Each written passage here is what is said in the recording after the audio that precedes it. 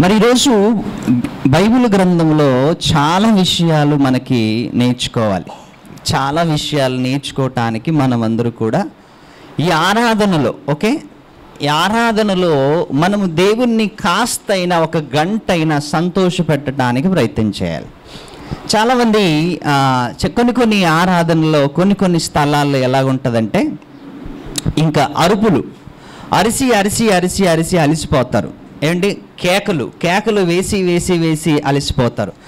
ఆ కేకలు అరుపులతో వాళ్ళు ఏమనుకుంటారంటే దానితో మేము దేవుణ్ణి సంతోషపెట్టామన్న తృప్తితో ఇంటికి వెళ్ళిపోతారు.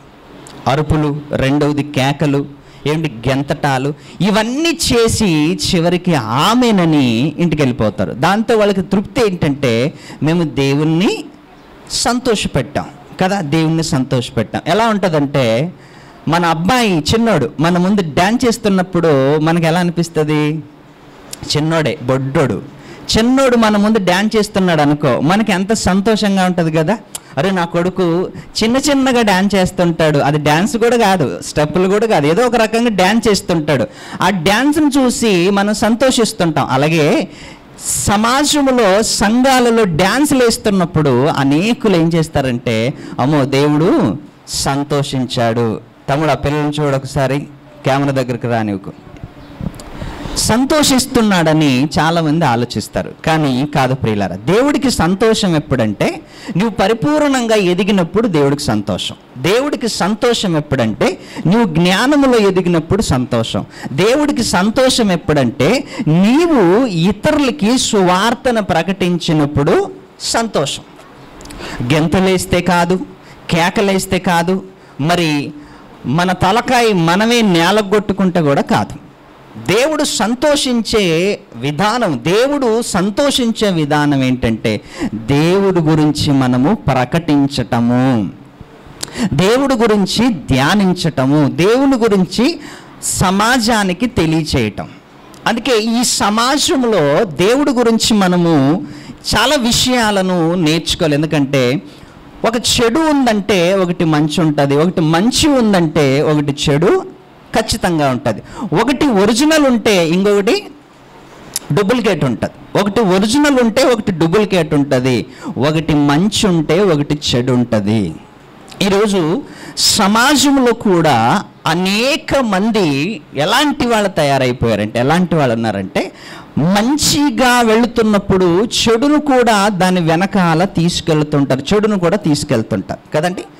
2000 నోట్లు కొత్తగా వచ్చినప్పుడు, 2000 నోట్లు కొత్తగా వచ్చినప్పుడు ఒరిజినల్ వచ్చాయి, నెల లోపల మళ్ళీ డూప్లికేట్ కూడా వచ్చాయి కదా, డూప్లికేట్ కూడా వచ్చాయి.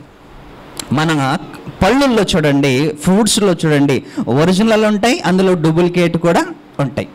అంటే సమాజంలో సత్యము బయలుదేరింది అంటే దాని వెనకాల అసత్యము కూడా బయలుదేరుతుంది. ఏంటి ఒక మంచి బయలుదేరింది అంటే దాని వెనకాల చెడ్డది కూడా దాని వెనకాలనే బయలుదేరుతుంది. ఇప్పుడు చెడ్డది మంచిది రెండు కలిసి ప్రయాణం చేస్తుంటాయి. ఇప్పుడు రెండు ప్రయాణం చేస్తున్నప్పుడు మన పని ఏంటి? ఇంతకీ మన పని ఏంటంటే మంచిదేదో వెతుక్కునే పనిలో మనము ఉండాలి, మంచిదేదో వెతుక్కునే పనిలో ఉండాలి. ఏ 40 రూపాయి, ఏ 30 రూపాయి, ఏ 20 రూపాయి అంటాడు ఎవరు? కూరగాయలు 40 और 30 और 20 फर्क क्या इसमें కదా, మన కళ్ళు ముందే పెడతాడు 40 30 20 इसमें फर्क क्या है. అప్పుడు సెలెక్ట్ చేసుకోవాలి మనం కదా. కలర్ ఒకటే ఉంటాయి, సైజ్ ఒకటే ఉంటాయి, ఏమండి అన్ని విధాలుగా ఒకటి ఉంటాయి, కానీ రేటులో తేడా 40 30 10 రేటులో తేడా, కలర్లు అంతా ఒకటే ఉంటాయి. అలాగే చాయిస్ చేసుకునేది మనం. అందుకే ఈ భూమి మీద బ్రతుకుతున్నప్పుడు ఒరిజినాలిటీ అనేది మనం ఎప్పుడు ఎంచుకోవాలి. ఏమెంచుకోవాలి? ఒరిజినల్ ఎప్పుడు ఎంచుకోవాలి. మంచి ఒరిజినల్ చీర కావాలి, మంచి ఒరిజినల్ బట్టలు కావాలి, ఒరిజినల్ వస్తువు కావాలి. ఏంటి ఇంతకుముందు చైనా మొబైల్ వచ్చాయి కదా, చైనా మొబైల్ వచ్చాయి, బాగా రన్నులో ఉన్నాయి. కొన్ని రోజులకి వాటిని బంద్ చేశారు, ఎందుకంటే అవి పనికి రావని. ఈ ఈరోజు మనము కూడా ఎలా ఉండాలంటే మంచిదాన్ని ఎంచుకోవటానికి ప్రయత్నం చేయాలి. మంచిదాన్ని ఎంచుకోవాలి. మనం ఏం చేస్తామంటే అన్ని విషయాలలో, భౌతికంగా అన్ని విషయాలలో మంచివి ఎంచుకుంటాం. వాక్యం విషయం వచ్చేసరికి ఎలా ఉంటామంటే ఏదైనా పర్వాలేదులే వాక్యమే కదా అని సైలెంట్ అయిపోతాం. ఏదైనా పర్వాలేదు కదా వాక్యమే కదా అని సైలెంట్ అయిపోతాం. అలాంటి టైంలో మన ఆధ్యాత్మిక జీవితం ఏం చేస్తుంది? దెబ్బతింటది. పేతురు గారి కాలంలో ఆయనే మాట్లాడితే ఏమంటున్నాడు ఒకసారి పేతురు పత్రిక చదువుకుందాం. ఆయన మాట్లాడుతూ నీలేమా ఆయన మాట్లాడుతూ మరి ఆయన ఏమంటున్నాడు? ఆయన కాలంలో జరిగిన విషయాలు ఆయన కాలంలో కాదండో ఈ కాలంలో కూడా జరుగుతున్నాయి. పేతురు రాసిన 2వ పత్రిక చదువుకుందాం.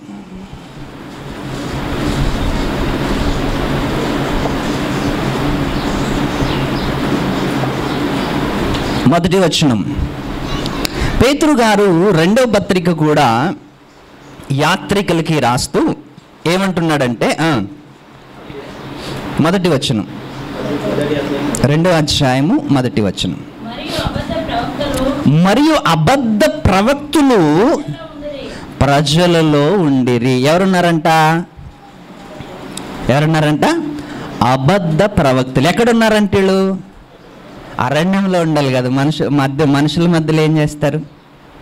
దొంగ నోట్లు బయట ఉంటే ఎవడు కనిపెడతాడు? ఏంటి ఒక్క గట్ట ఏంటి 5,500 గట్టు ఉందనుకోండి, అందులో 5-2 ఎన్ని ఉంటాయి తెలుసు? ఒకటే ఉంటుంది. అన్నీ ఉండవు. అన్నీ ఎందుకు ఉండవు అంటే ఒకటే ఉంటుంది. ఆ ఒకటిని ఎవరు మనం అంత పెద్దగా పట్టించుకో. అప్పుడు మనకు కూడా డబ్బులు ఇస్తేప్పుడు ఎవడైనా అందులో చినిగిపోయింది కూడా సెంటర్లో వేసి ఇస్తుంటాడు. అప్పుడు మనం ఏం చేస్తాం? సబ్ ఠీకే చలో లెగి జాయింగంట. జనాలు ఎవరున్నారంట? అబద్ధ ప్రవక్తలు అన్నారంట. అబద్ధ ప్రవక్తలు. అసలు ఈ ప్రవక్తలు అంటే ఎవరు? అసలు ప్రవక్తలకున్న క్వాలిటీ ఏంటి? అసలు ప్రవక్తల్ని దేవుడు ఎందుకు నియమించాడు కదా? న్యాయాధిపతులు ఉన్నారు, రక్షకులు ఉన్నారు, ఇంకెవరున్నారు? ప్రవక్తలు ఉన్నారు, ఇంకా సేవకులు ఉన్నారు, బోధకులు ఉన్నారు, సువార్థికులు ఉన్నారు, కాపర్లు ఉన్నారు. చాలా రకరకాలైన వాళ్ళు ఉన్నారు. ఇందులో రివర్స్గా చూడండి. దేవుడు ఎవరినైతే ఎంచుకుంటాడో సేమ్ అపవాది కూడా సేమ్ కేటగిరీ వాళ్ళని. దొంగ ప్రవక్తలు, దొంగ బోధకులు, దొంగ అపోస్తులు, ఇంకా దొంగ సేవకులు, దొంగ కాపర్లు. రివర్స్గా ఉంటుంది. ఎందుకంటే ఒకటి మంచి వెళ్ళింది అంటే దాని వెనకాల ఏం వెళుతుంది? చెడు. ఏమిటి? సేమ్ సారీ 5,000కు ఉంటుంది, సేమ్ సారీ 200లకు కూడా ఉంటుంది కదా? విన్నారు ఎప్పుడైనా? అప్పుడు సేమ్ వస్తువు వేల కొలది ఉంటుంది. అదే సేమ్ వస్తువు ఎలా ఉంటుంది? 200కే ఉంటుంది. అప్పుడు మనం ఏం చేస్తాం చూసినప్పుడు నాది వాడిది సేమ్ అనుకుంటాం, కానీ అది రేటు ఎక్కువ.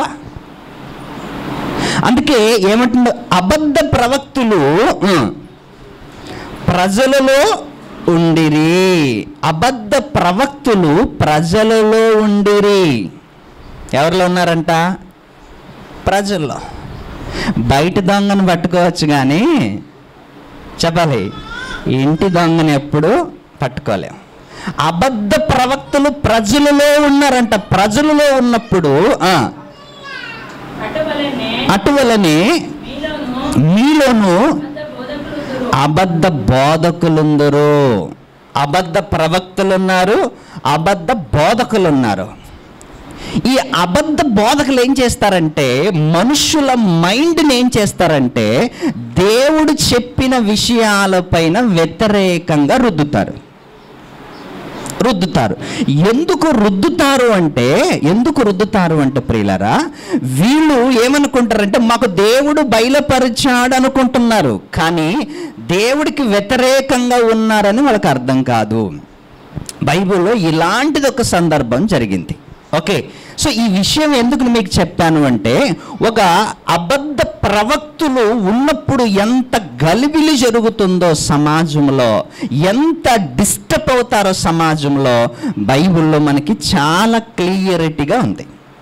ఓకే, ఒకరోజు సందర్భం ఏంటంటే ఇర్మియా గ్రంథం చదువుకుందాం. ఇర్మియా గ్రంథము 25వ అధ్యాయము.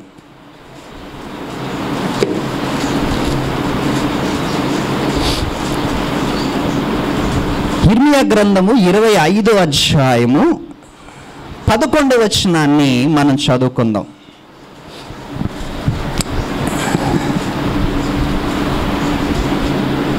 ఇర్మియా గ్రంథము, ఈ పరిస్థితి ఎలాంటిది? ఈ పరిస్థితి ఏంటిదంటే ప్రియులారా, వీళ్ళందరూ కూడా బబులోనికి వెళ్ళటానికి సిద్ధంగా ఉన్నారు. బబులోను దేశానికి వెళ్ళటానికి ఇశ్రాయేల్ అందరూ సిద్ధంగా ఉన్నారు.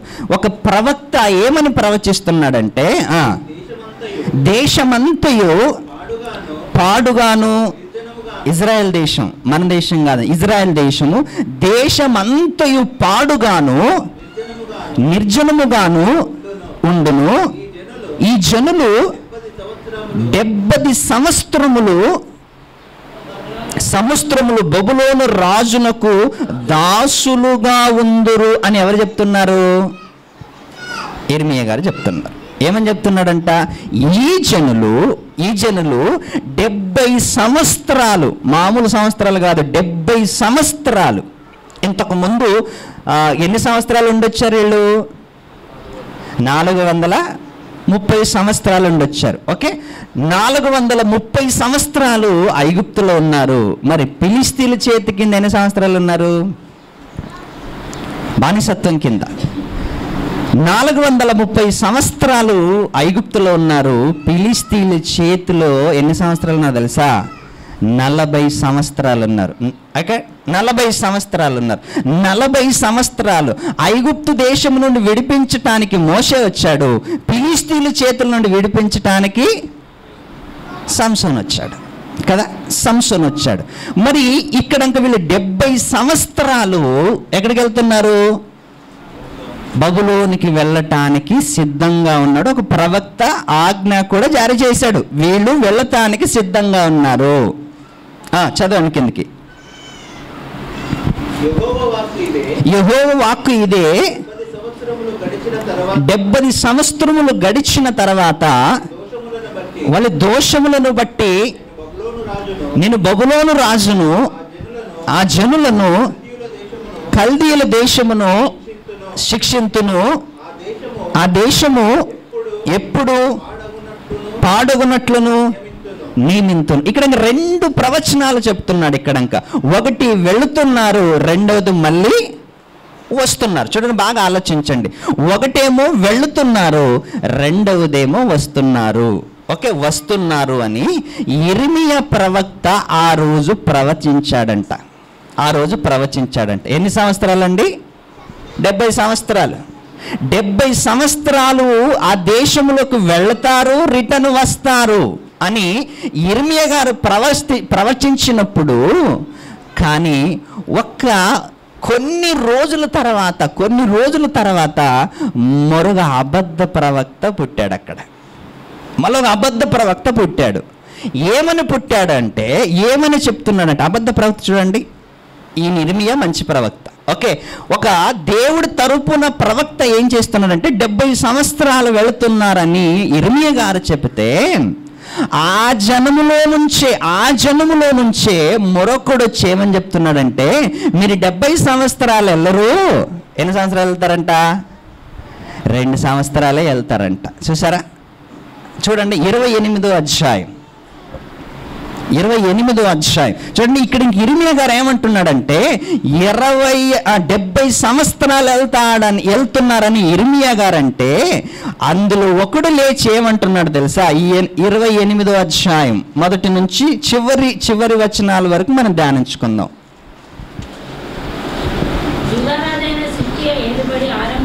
అందరూ తీయండి.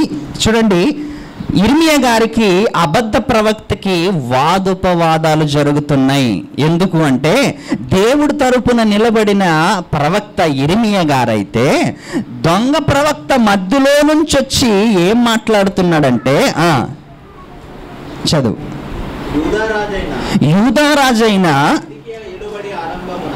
సిద్కియా ఏలుబడి ఆరంభమున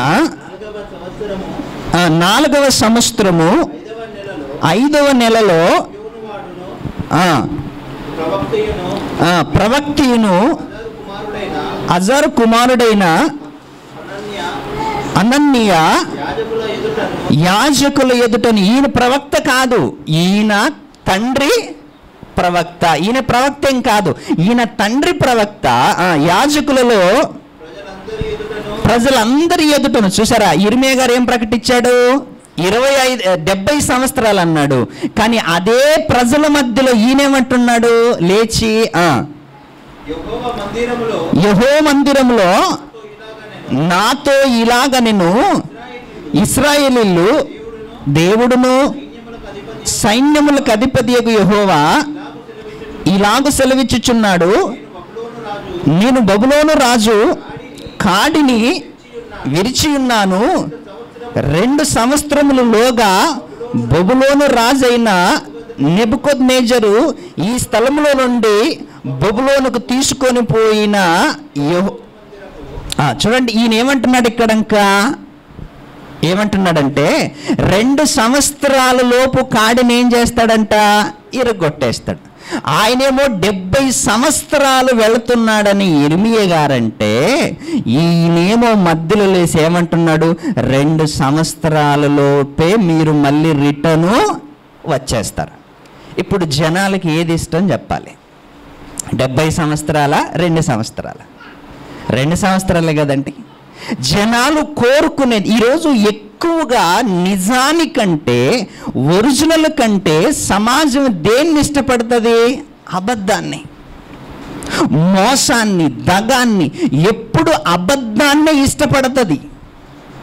ఎందుకు అంటే మనుషులకి అబద్ధమే చాలా ఇంపుగా ఉంటుంది, నిజం చాలా కష్టంగా ఉంటుంది. కానీ అబద్ధానికి ఆయుష్ కాలము తక్కువ, అబద్ధానికి ఆయుష్ కాలము తక్కువ. అందుకే బబులోను రాజ్యంలోకి 70 సంవత్సరాలు వెళతారు అని ఇర్మియా గారంటే, అక్కడ మధ్యలో ఆయన లేచి ఏమంటున్నాడు? 2 సంవత్సరాలు అంటున్నారు. ఇప్పుడు జనాలకి ఎవరి మీద కోపం రావాలి? ఎవరి మీద కోపం రావాలి? మీరు నిజంగా చెప్పాలి. ఇర్మియా గారి మీద కోపం రావాలి. ఏమయ్యా, ఈయనేమో 2 సంవత్సరాలు అంటున్నాడు, నీవేమో 70 సంవత్సరాలు అంటావు, నీకేమైనా పిచ్చి పట్టిందా కదా? పిచ్చి పట్టిందా?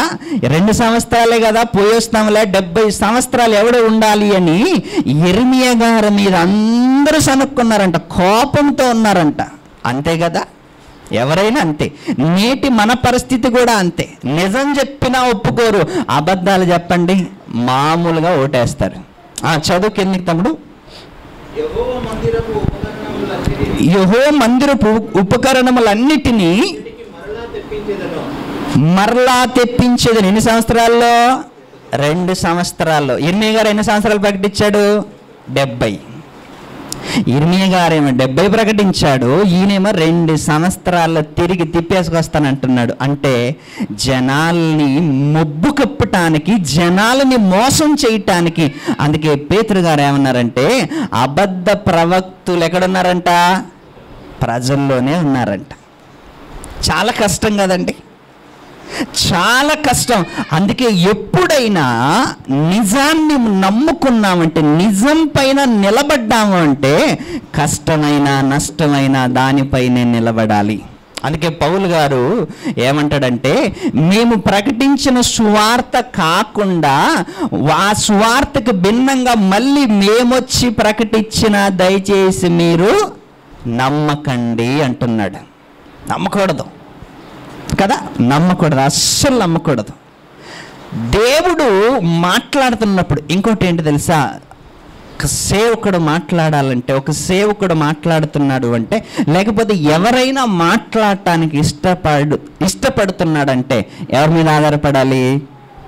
దేవుని మీద ఆధారపడాలి. ఓకే, లేదేదో నేను చించేస్తాను, నాకు అంతా తెలుసు అని బైబిల్ ముందు పట్టుకున్నాం అనుకో, అప్పుడు దేవుడు నోరుకి ఏం చేస్తాడు?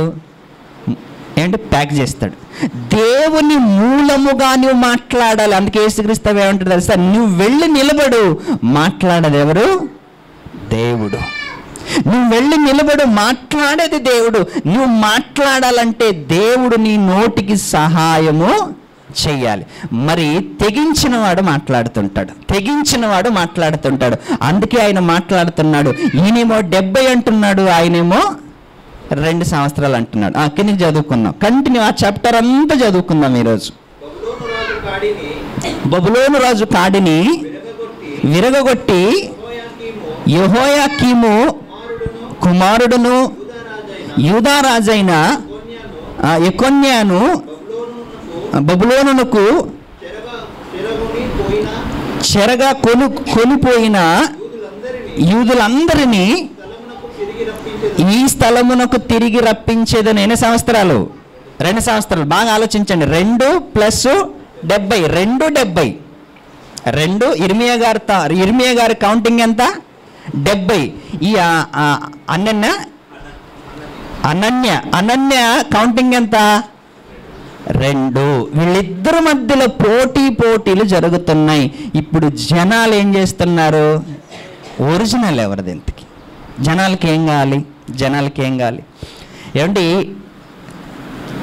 12 గంటల డ్యూటీ ఒకడు అన్నాడు అనుకోండి, అదే పక్కలుండి లేదు 5 గంటలే అన్నాడు అనుకోండి, ఎవరి దగ్గరికి వెళ్తాం మనం? 5 గంటల దగ్గరికి వెళ్తాం. ఎందుకంటే 12 గంటలు అంటే ఎవడో ఒప్పుకోడు. ఇప్పుడు ఈయనేమో 70 అంటున్నాడు, ఈయనేమో 2 అంటున్నాడు.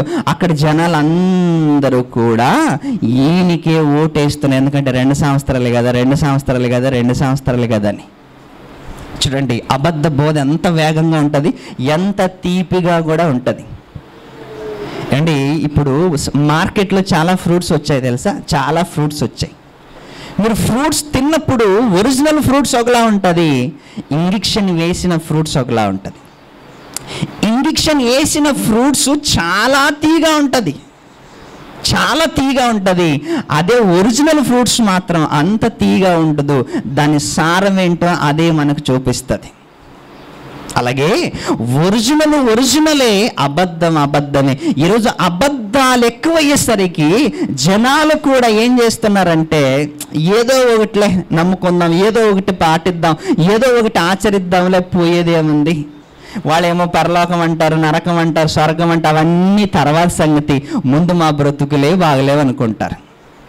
ఒక్కసారి ఆలోచించండి. దేవుని ప్రణాళికలో ఒకవేళ మనం ఉంటే మనము నిజమైన మార్గంలోనే ఉండాలి. ఇంకా అప్పుడు ప్రవక్త అయిన ఇర్మియా యాజకుల ఎదుటను యెహోవా మందిరములో నిలుచుచున్న ప్రజలందరి ఎదుటను ప్రవక్త అయిన అనన్యతో ఇట్లనెను, ఇలాగున జరుగునుగాక. ఈయన కూడా ఏమనుకుంటున్నాడు ఇర్మియా గారు? పోనీ అలా జరిగితేనే బాగుండేది. 70 సంవత్సరాలు కష్టం కదా, ఒకవేళ ఈయనన్నట్లు జరిగితే బాగుందేమో అనుకుంటాడు. కానీ అది జరగదు. ఎందుకంటే ఆల్రెడీ 70 సంవత్సరాలను ఇర్మియా గారి చేత ప్రకటించాడు. యెహోవా అలాగుననే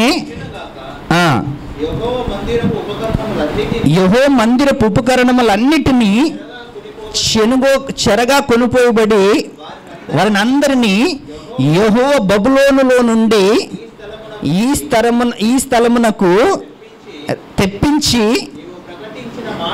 నీవు ప్రకటించిన మాటలను నెరవేర్చునుగాక. అయినను నీ చెవులోను ఈ ప్రజలందరి చెవులోను చెప్పుచున్న మాట చిత్తగించి వినుము. నాకును నీకును ముందుగా ప్రవక్తులు అనేక దేశములకు మహారాజులకును విరోధముగా యుద్ధములు జరిగించునని, కీడు సంభవించుననియు, తెగులు కలుగుననియు, పూర్వకాలమందు ప్రకటించుచూ వచ్చిరి. ఆ రోజు ప్రవక్తలు పూర్వకాలంలో ఏం చేశారంట? యుద్ధాలు జరిగేటప్పుడు ప్రవక్తలను ఆశ్రయించారంట, ఎన్నో తెగుళ్ళు రప్పించారంట. ఇవన్నీ అబద్ధాలుగా, అబద్ధ ప్రవక్తల చేత కాదు. ఎవరి చేత చేయించాడు? ఒరిజినల్ ప్రవక్తలు ఎవరైతే ఉన్నారో వాళ్ళ చేత దేవుడు యుద్ధాలు జరగటానికి సలహాలు ఇచ్చాడు, తెగుళ్లను రప్పించాడు. ఏంటి మరిది?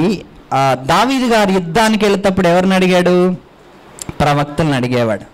అలాగే రాజులు, సౌలు రాజు కానీ చాలామంది రాజులు, మేము ఇదిగో యుద్ధాలు చేయటానికి వెళ్తున్నాం కదా, మరి మేము వెళ్ళదమా అంటే వెళ్ళా అనేవాడు, లేకపోతే వద్దనేవాడు.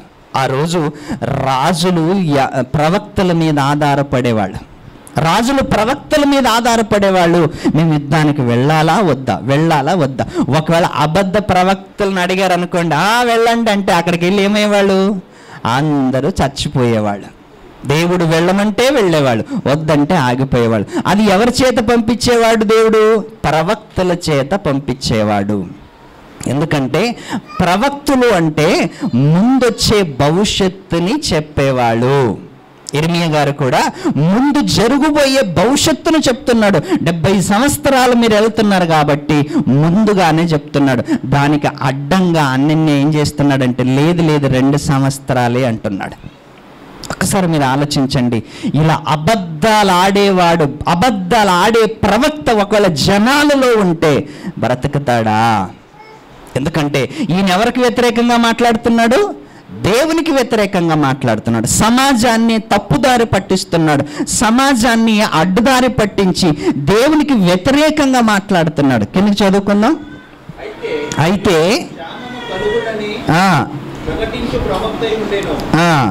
అతని మాట నెరవేరిన ఎడల ఒకవేళ అతని మాట నెరవేరిన ఎడల నిజముగా ప్రవక్త దేవుడు ఆయనని పంపెనని ఒప్పుకునదగునని ఇర్మియా చెప్పగా, ప్రవక్త అయిన అననీయ ఇర్మియా మెడ మీద నుండి ఆ కాడిని తీసి దాన్ని విరిచి ప్రజలందరి ఎదుట ఇట్లా యెహోవా ఇలాగు సెలవిచ్చుచున్నాడు, 2 సంవత్సరములలోగా నేను బబులోను రాజైన నెబుకద్నెజరు కాడిని సర్వజనుముల మెడ మీద నుండి తొలగించి దానిని విరిచివేసేదను. ఏంటి? సర్వజనుల మెడ మీద నుంచి ఆ కాడిని విరిచివేసి తొలగించేస్తాను. ఎవరంటున్నాడు ఈ మాట? అనన్య. చూసారా? అబద్ధానికి ఆయుష్ కాలం ఎక్కువంట. అసలు వాడు నమ్ముకున్నదే అబద్ధం, వాడు చెబుతున్నదే అబద్ధం. అబద్ధము అతికినట్లు మాట్లాడితే కూడా అబద్ధం అతికినట్లు ఉంటుందంట. వాడు అబద్ధాన్ని ఎంత బాగా మాట్లాడతాడు చూడండి. అప్పుడు మనం కూడా అబద్ధాలు మాట్లాడేటప్పుడు అసలు ఎదుటి వాళ్ళకి ఇంత కూడా డౌట్ అనిపించదు. అబద్ధాలు మాట్లాడుతున్నప్పుడు ఇంత కూడా డౌట్ అనిపించదు. వీడు అలాగే మాట్లాడుతున్నాడంట. లేదు నేను 2 సంవత్సరాల్లో మళ్ళీ నేను రప్పిస్తాను. అబద్ధాలు ఆడాడు. ఇర్మియాకి తానికి వాదోపవాదాలు జరిగాయి. చివరికి ఇర్మియాకి కోపం వచ్చి, వరే నువ్వు చచ్చిపోతావు అన్నాడు. ఎందుకంటే నువ్వు పెట్టుకున్నది మనుషులతో కాదు, దేవుడితో పెట్టుకుంటున్నావు. దేవుడు ప్రజలతో పెట్టుకుంటున్నావు. ఆయన ప్రణాళికతో నువ్వు వ్యతిరేకంగా మాట్లాడుతున్నావు. ఆయన ప్రణాళికనికి నువ్వు భిన్నంగా మాట్లాడుతున్నావు. చచ్చిపోతావురా అంటున్నాడు ఆయన. ఆలోచించండి. ఈరోజు ఆయనే కాదు, ఆ రోజు ఆయనే కాదు, ఈరోజు మనమైనా దేవుని ప్రణాళికకు వ్యతిరేకంగా తిరిగితే దేవుడు మన కుటుంబాన్ని వదిలిపెట్టడు. అందుకే బైబిల్ ఏమన్నట్టు తెలుసా? దేవుని సంఘమును, దేవుని ఆలయమును పాడు చేస్తే నేను వానిని పాడు చేస్తాను. ఎందుకు అంటే దేవుని ప్రణాళిక ప్రకారము జరుగుతున్నప్పుడు మధ్యలో ఎలా ఉంటారు? డిస్టర్బ్ చేసేవాళ్ళు. ఒకవేళ డిస్టర్బ్ అయ్యారనుకోండి, ఏంటి డిస్టర్బ్ అయిపోతే ఎవరికి ప్రాబ్లం? ఏంటి ఎవరికి ప్రాబ్లం అంటే ఎవరైతే దేవుని నుండి తొలగిపోతారో వాళ్ళకు ప్రాబ్లం. అందుకే ఇర్మియాకు బాగా కోపం వచ్చింది. కోపం వచ్చి చివరిలో ఏమంటాడు తెలుసా? ఒరే నువ్వు చచ్చిపోతావురా అంటున్నాడు. ఎందుకంటే నువ్వు ఎవరికి వ్యతిరేకంగా తిరిగావు? యెహోవాకి వ్యతిరేకంగా తిరిగావు. ఒకరోజు కోరాహు తిరిగాడు కదా, బైబిల్లో తెలుసు కదా కోరాహు విషయం. ఎవరికి వ్యతిరేకంగా తిరిగాడు? మోషే అరోనులకి. మోషే అరోనులకి వ్యతిరేకంగా తిరిగిన కోరాహు గ్రూప్ అంతా ఏమైపోయింది? నేల నరివిడిచిందంట. అందరినీ నేల ఏం చేసింది? మింగేసిందంట. చూసారా, ఇలాంటి అరణ్యములు ఎన్నో జరిగాయి. కానీ ఇక్కడంక వీడు అడ్డుపడ్డాడు. చివరికి ఏమంటున్నాడు తెలుసా? 15 నుంచి చదువుకుందాం. 15 నుంచి. అంతటా ప్రవక్త అయిన ఇర్మియా ప్రవక్త అయిన అననీయాతో ఇట్లా నేను అననీయ వినుము, యెహోవా నిన్ను పంపలేదు. చూసావా, పంపకున్నా కూడా మాట్లాడతాడా? ఎంత ధైర్యంగా మాట్లాడతాడు చూడు. పంపకున్నా కూడా మాట్లాడతాడు. పంపకున్నా కూడా మాట్లాడుతున్నాడంటే వీడికున్న ధైర్యం ఏంటి మీరు చెప్పాలి. వీడికున్న ధైర్యం ఏంటంటే వీళ్ళ ఫ్యామిలీలో ఎవరో ఒకరు ప్రవక్త కదా. వీళ్ళ ఫ్యామిలీలో ఎవరో ఒకరు ప్రవక్త అని ఫస్ట్ వచనం చూడండి. యూదా రాజైన సిద్కియా ఏలుబడి ఆరంభమున 4వ సంవత్సరమున 5వ నెలలో గిబియోను వాడును ప్రవక్తీను అజూరు కుమారుడునైన, అంటే వీళ్ళ నాన్నగారు, అంటే రాజుల కుటుంబంలో పుడితే అప్పప్పుడు రాజరికం అలాంటి లక్షణాలు వస్తాయి కదా. మరి ప్రవక్తల కుటుంబాల్లో పుడితే మరి అలాంటి లక్షణాలు వస్తుంటాయి అప్పప్పుడు.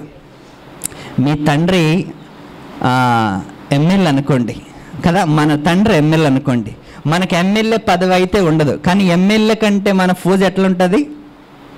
అంతే కదా, ఎమ్మెల్యే కంటే మన ఫోజ్ ఇంకా ఉంటుంది. ఎందుకంటే ఏ కుటుంబంలో వచ్చాం? ఎమ్మెల్యే కుటుంబంలో వచ్చాం. మన నాన్నగారు పోలీస్ అనుకోండి కదా, ఏ సిగ్నల్ కనిపించవప్పుడు కదా, కళ్ళు ముందు ఏ సిగ్నల్ కనిపించవు. ఎందుకంటే మా నాన్నగారు పోలీసు. ఇప్పుడు ఈయన నాన్నగారు అనన్య వాళ్ళ డాడీ ఎవరింతకి? ప్రవక్త. కానీ ఈయన ప్రవక్త కాదు, డూప్లికేట్ ప్రవక్త. అందుకే ఏమంటున్నాడు చదవండి. యెహోవా నిన్ను పంపలేదు, ఈ ప్రజలను అబద్ధమును ఆశ్రయింపజేయుచున్నావు. ఈ ప్రజలతో అబద్ధాన్ని మాట్లాడుతున్నావు, అబద్ధాన్ని ఈ ప్రజల మీద రుద్దుతున్నావు. కాగా యెహోవా ఈ మాట సెలవిచ్చుచున్నాడు, భూమి మీద నుండి నిన్ను కొట్టివేయుచున్నాను. ఏ ప్రవక్త అయినా అబద్ధ ప్రవక్త. జనంలోనే ఉన్నాడు, జనముతోనే ఆడుకుంటున్నాడు, దేవుని పని నాశనం చేస్తున్నాడు, జనముతో చెలగాటం ఆడుతున్నాడు, దేవుడు పని నాశనం చేస్తున్నాడు. కానీ ఇర్మియాకు కోపం వచ్చి ఏం చేశాడంటే, నువ్వు జనాలతో ఆడుకుంటున్నావు అననీయ, జాగ్రత్త. యెహోవా మీద తిరుగుబాటు చేయుటకై నువ్వు జనులను ప్రేరేపించి గనుక ఈ సంవత్సరము నువ్వేమైపోతావు? మరణమైపోతావు. చూసారా, అబద్ధం చాలా వేగంగా వెళ్తుంటుంది, కానీ ఆయుష్ కాలం ఉండదు. ఏమంటున్నాడు? ఒకవేళ ఆయన ఒరిజినల్ ప్రవక్త అయితే ఆయన ఎందుకు చచ్చిపోతాడు? ఒరిజినల్ కాదు, డూప్లికేట్. కాబట్టి ఇర్మియా గారు ఏమంటున్నారు? ఈ సంవత్సరము నీవు మరణం అవుతావు, చచ్చిపోతావు. ఎందుకంటే ఎవరితో ఆడుకున్నావు నువ్వు? దేవుడు ప్రజలతో ఆడుకున్నావు, దేవుని మనుషులతో ఆడుకున్నావు. దేవుడేమో 70 సంవత్సరాలు పంపించాలనుకున్నాడు బబులోను దేశానికి, నీవేమో ఏమంటున్నావు? 2 సంవత్సరాలు అంటున్నావు. నీవేమో 2 సంవత్సరాలు అంటున్నావు. దేవుడు నాతో చెప్పించాడు 70 సంవత్సరాలని, దానికి వ్యతిరేకంగా మాట్లాడుతున్నావని కోపం వచ్చేయమంటే, ఈ సంవత్సరమే నీవు చచ్చిపోతావు, ఈ సంవత్సరమే చచ్చిపోతావు. ఎందుకు చచ్చిపోయాడు ఇప్పుడు చెప్పాలి. అబద్ధాలు ఆడినందుకు, రెండవది జనాలని మోసం చేస్తున్నందుకు. చదవండి. ఆ సంవత్సరమే 7వ నెలలో ప్రవక్త అయిన అననీయ మృతి నొందెను. ఎందుకు మృతి నొందాడు? ఎందుకు తన ఆయుష్ కాలాన్ని పోగొట్టుకున్నాడు?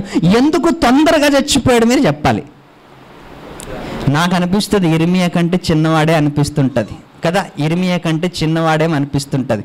కానీ ముందుగా చచ్చిపోయాడు, ముందుగా ఈ భూమి మీద నుంచి వెళ్ళిపోయాడు. ఎందుకు అంటే ప్రియులారా, అబద్ధం ఆడినందుకు. చూసారా, మనకి ఎన్ని అబద్ధాలు ఆడతాం ఈరోజు చెప్పండి. అబద్ధాలు, మోసాలు, దగాలు, ఇవి మంచివి అనుకుంటున్నాం. అప్పటికి మంచిగా, అప్పటికి అనుకూలంగా ఉండొచ్చు. కానీ మన జీవితంలో మాత్రం ఎప్పుడు అబద్ధాలు అనేవి మన జీవితంలో ఉండకూడదు ప్రియులారా. అవి మరి ప్రత్యేకంగా దేవునికి వ్యతిరేకంగా ఉండకూడదు. అందుకే ఆయన ఏమంటాడు, ఈ సంవత్సరమే నువ్వేమైపోతావు? చచ్చిపోతావు. ఈ సంవత్సరమే చచ్చిపోతావు. ఎందుకు చచ్చిపోతావంటే దేవుని ప్రజలతో నీవు అబద్ధాలు ఆడావు. క్రైస్తవులతో అబద్ధాలు ఆడతామా లేదా? ఆయనేమో దేవుడు ప్రజలతో అబద్ధాలు ఆడాడు. మనం క్రైస్తవులే అండ్ అన్నిలతో కూడా కాదు, క్రైస్తవులతో ఏం చేస్తాం? మనం అబద్ధాలు ఆడతాం. ఏంటి, క్రైస్తవులు అబద్ధాలు ఆడచ్చా? ఆడకూడదు. అయినా మనం ఏం చేస్తాం? ధైర్యంగా మాట్లాడతాం, ధైర్యంగా అబద్ధాలు ఆడతాం. ఎందుకు అంటే నన్నెవడు చూస్తాడులే. ఏంటి, నువ్వు అబద్ధాలు ఆడుతున్నది, నువ్వు అబద్ధాలు మాట్లాడుతున్నది మనుషులు చూడకపోవచ్చు, కానీ ఎవరు చూస్తారు? దేవుడు చూస్తాడు. పోనీ అబద్ధాలు ఆడావు, వాటికి ఏమైనా క్షమాపణ ఉందా? అబద్ధాలు ఆడావు, పోనీ అబద్ధాలు ఆడావు, ఏదో తెలిసి తెలియక ఆడావు. మరి రాత్రిపూట ఏమైనా క్షమాపణ కోరుకున్నావు దేవుణ్ణి? లేదు. పోనీ ప్రభువా, నేను ఈరోజు ఏదో ఒక రకంగా అబద్ధాలు ఆడాను ప్రభువా, అబద్ధాలు నేను ఆడాను ప్రభువా, నోటి ద్వారా ఏదో ఒకటి ఆడాను ప్రభువా. రాత్రి దేవుడి ముందు కూర్చొని ఏం చేయాలి? క్షమించు ప్రభువా, నన్ను క్షమించి, ఈరోజు నేను ఎక్కువ అబద్ధాలు ఆడేస్తాను, దయతో క్షమించు. లేకపోతే అబద్ధాల మూట ఏమవుతుంది?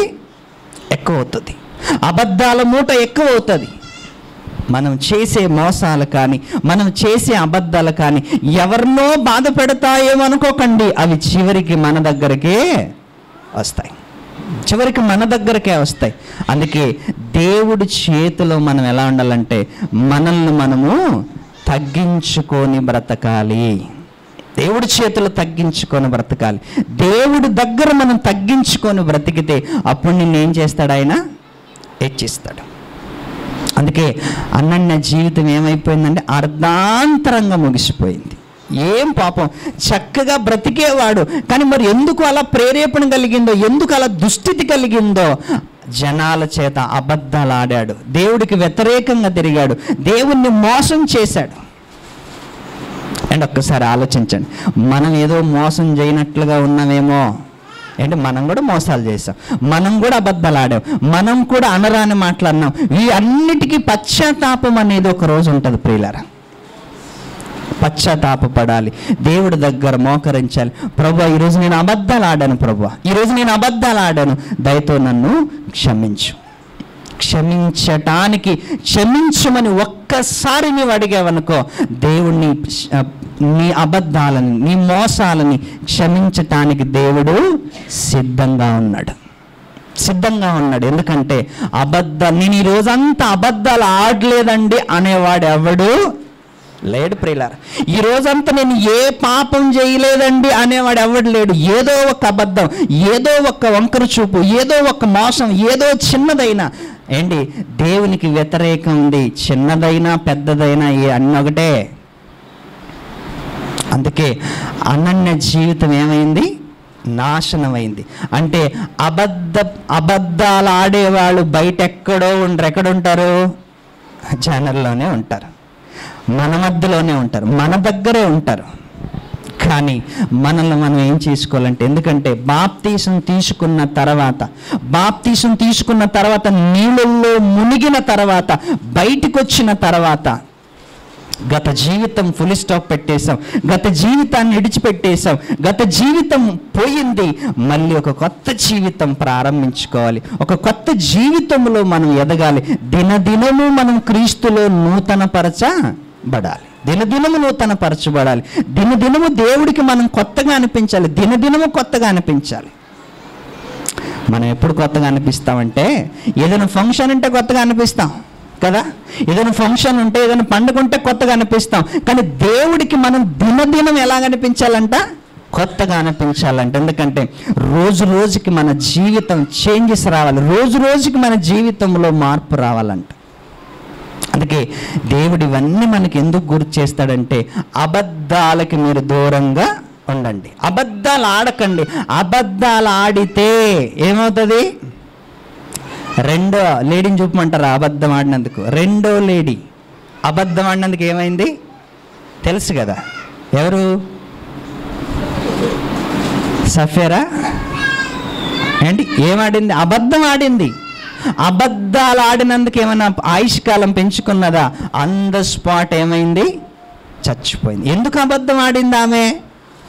భర్త చేసిన ఘన కార్యక్రమాలలో సగభాగం అయిందంటే ఈమె, అంతేనా? భర్త ఆడిన అబద్ధాలలో సగభాగం అయింది. భార్య అంటే ఏంటి? ఇంతకీ సగభాగమే కదా. అంటే భర్త అబద్ధాలు ఆడినా కూడా అందులో సగభాగం భార్య. ఏమైంది? నా భర్త ఎంత అంటే అంత అన్నది ఈమె. ఏమైంది? అక్కడే చచ్చిపోయింది. ఈమె ఎవరిని మోసం చేసిందంట? పరిశుద్ధాత్మకి వ్యతిరేకంగా మాట్లాడిందంట, దేవుడికి మోసం చేసిందంట. ఆయనేమో ఇర్మియాకు వ్యతిరేకంగా తిరిగాడు, ఈమెమో దేవునికి వ్యతిరేకంగా తిరిగింది. దేవునికి వ్యతిరేకముగా ఎవరు తిరిగినా ఆయుష్కాలం పెద్దగా ఏమీ ఉండదు, ఆయుష్కాలం పెద్దగా ఏముండదు. అందుకే దేవుడికి వ్యతిరేకంగా తిరగకూడదు, అబద్ధాలు ఆడకూడదు, మోసాలు చేయకూడదు, దేవునిలో చక్కగా ఎదగాలి. ఒకవేళ నీకు సమస్య వచ్చిందంటే చక్కగా దేవుడి దగ్గరికి వెళ్ళి ఏం చేయాలి? ప్రభువా, మరి ఇన్ని సమస్యలు ఉన్నాయి, దయతో నన్ను కనికరించు. దేవుణ్ణి అడుక్కుంటే దేవుడికి నీ సమస్య పెద్దదేమీ కాదు. కానీ మనం దేవుడి దగ్గరికి వెళ్ళం ప్రియులారా. దేవుడి దగ్గరికి వెళ్ళకుండా పొరపాటు చేస్తాం. దేవుడి దగ్గరికి వెళ్ళు ముందు దేవుడి దగ్గరికి వెళ్ళి మోకరించి, ప్రభువా నాకు ఇన్ని సమస్యలు ఉన్నాయి నాయనా, ఇదిగో అప్పులు పాలయ్యాను, సమస్యల్లో ఉన్నాను, నీకు వ్యతిరేకంగా ఉన్నాను, దయతో నన్ను కరుణించమంటే దేవుడిని అడగటానికి నువ్వు లేటే ఆయన చేయటానికి దగ్గరలో ఉన్నాడు.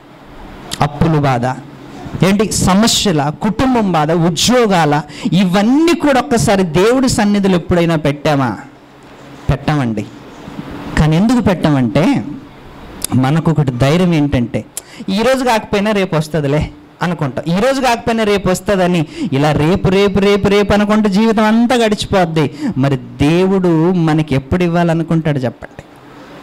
అబద్ధాలు ఆడకుండా, మోసాలు జరిగించకుండా చక్కగా మనకిచ్చిన దేవుడు ఆయుష్ కాలాన్ని దేవుని కోసం వాడదాం, వాడి దేవుణ్ణి మహిమపరచాలని కోరు.